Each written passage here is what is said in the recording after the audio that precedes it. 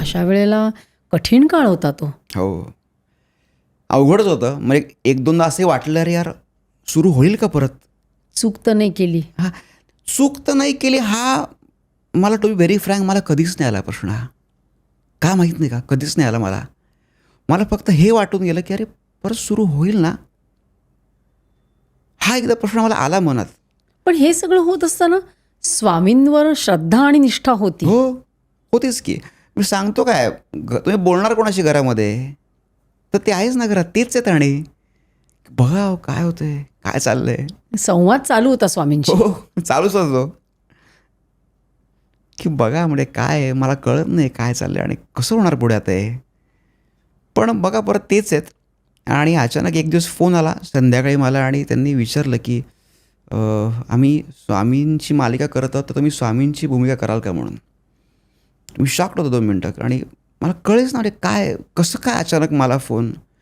बरं माझं काही असं काही खूप अशी हे नाही आहे माझं की ॲक्टर आहे आणि काम करतो असं पण काही एवढी ओळख नव्हती किंवा तेवढं माझं काम तिथपर्यंत पोहोचलं नव्हतं.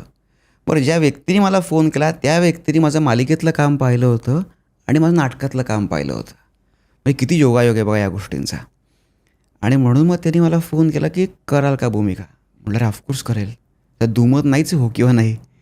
तो फोन ठेवला. मी गॅलरीत होतो. गॅलरीतून आत आलो आणि बायको सोफ्यावर बसली होती. म्हटलं तुला माहिती आहे का फोन कसला होता? म्हणे कसला? म्हटलं नवीन कामाकरता फोन आला होता. म्हणे अरे वा. म्हणे माहिती आहे कोणाचं काम आहे? म्हणे कोणाचं? समोर स्वामींचा फोटो आहे घरात. म्हटलं यांचं काम आहे.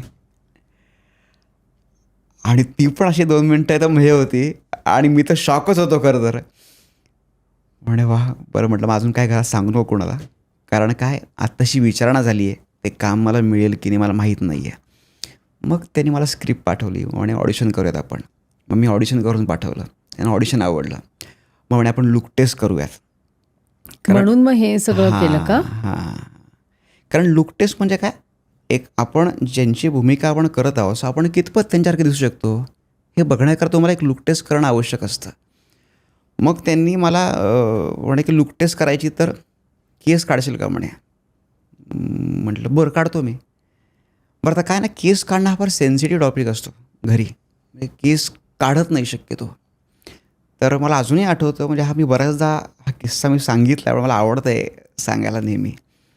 तर घरात आजी होती मी होतो आणि तिला म्हटलं अगं केस काढायला चाललो आहे काढू का? तो म्हणे का बरं काय नवीन काम आहे का? म्हटलं हो बरं ठीक आहे म्हणे जा काढ. सांगितलं नाही तिला स्वामी नाही समर्थांचं? नाही सांगितलं. बरं म्हणे ठीक आहे जा काढ. अच्छा, आजी हो म्हणाली. हां ती लगेच मला म्हणे ठीक आहे म्हणे काय नवीन काम आहे का? म्हटलं हो बरं ठीक आहे म्हणे. मी गेलो केस काढले घरी आलो आणि आमच्या घरात स्वामींचा फोटो आहे मोठा. मी फोटोसमोर उभं राहिलो आणि समोर आजी होती सोफ्यावर. मी त्याला काही सांगितलं नव्हतं कुठली भूमिका आहे काय नाही. आणि मी तिला म्हटलं काय काही साम्य वाटतंय का फोटोमध्ये आणि माझ्यात काही साम्य वाटतंय का? हो वाटतंय म्हणे. देव करो आणि यांचंच काम तुला मिळून जाऊ म्हणे. अच्छा, आजीने आशीर्वाद दिला थेट. बघा तिला काहीच माहीत नाही आहे मी कुठला रोल करतोय काय करतोय आणि तिच्या तोंडून निघून गेलं की देव करो आणि यांचंच काम तुला मिळून जाऊ म्हणे. आणि एक तो दिवस आणि एक आजचा दिवस म्हणजे तिच्या तोंडून निघाला शब्द हा तंतोतंत खरा ठरला. आणि आज ती भूमिका करत 4 वर्ष 1300 भागांचा प्रवास झाला. सो म्हणतात ना की ते लिहिलेलं असतं तुमच्या नशिबामध्ये. ती गोष्ट घडणार असते.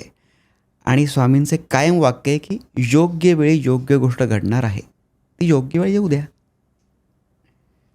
सो असा सगळा प्रवास आहे म्हणजे तिथून इथपर्यंत असा. म्हणून मग मला कदाचित ते शाळेमधले गॅदरिंग असतील किंवा हॉटेल मॅनेजमेंटचा परफॉर्मन्स असेल की ह्या सर्कलमध्ये किंवा ह्या प्रोसेसमध्ये मी ऑलरेडी तिथून येत गेलो.